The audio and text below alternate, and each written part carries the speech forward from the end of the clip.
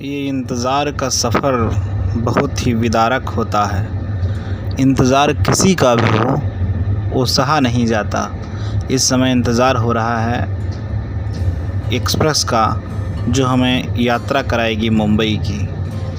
ट्रेनों में बैठने के बाद जो जनरल बोगी और स्लीपर की हालियाँ हैं, यही हाल व्यक्त करती हैं कि जगह कैसे कम होती है और उस मज़दूर की क्या कदर होती है इस समाज में, इस संसार में, इस भारतवर्ष में, जो मज़दूर अपने कर्तव्यों को निभाते हुए अपना सब कुछ छोड़ देता है, जान जोखिम में लगा के भारत के निर्माण की योजना बनाता है। उसके लिए बिना रिश्वतखोर हुए, बिना बेईमान हुए वो तत्पर रहता है अपने कार्य में।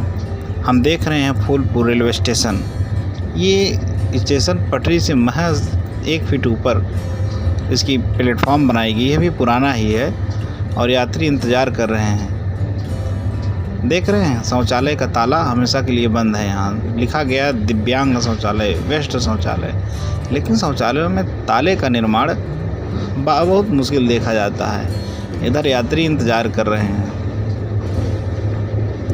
बारिश का मौसम है, सावन की घटाएं धीरे धीरे फुहारें बनकर आ रही हैं। आनंद तो देती हैं, जो किसानों को भी अपनी तरफ आकर्षित करती हैं, उनके मन के भाव विभोर को हिलोर देती हैं। और इसी समय धान की जो रोपाई शुरू होती है वो आरंभ हो जाती है।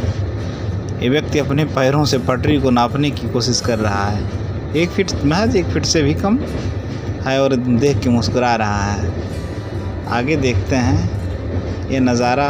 फिर प्रकृति के दृश्य को देखते हुए हम धीरे धीरे अपनी यात्रा को शुरू करते हैं। हम पहुंच गए हैं इगतपुरी। यहाँ के पहाड़ों और बादलों के संगम को देख के, नज़ारों को देख के हमें कालिदास का मेघदूत और बाबा नागार्जुन का संग्रह याद आता है। बादल को घिरते देखा है, कालिदास सच सच बतलाना, इंदुमती के मृत्यु शोक पे अज रोया या तुम रोए थे। कालिदास सच सच बतलाना। इसी को देखते हुए ये पहाड़, वनों की सुंदरता, प्रकृति ने अपनी संरचना में जो दृश्य बनाए हैं, चाहे पर्वत, पहाड़, नदी, झरने, वन संपदा, समतल मैदान, ऊसर, रेगिस्तान, बर्फीले पहाड़, ये सब जैवमंडल और मनुष्य के अस्तित्व से संबंधित हैं तथा अन्य जीवों के भी। जब भी मनुष्य इनसे खिलवाड़ करता है तो वह सब कुछ बर्बाद कर देता है।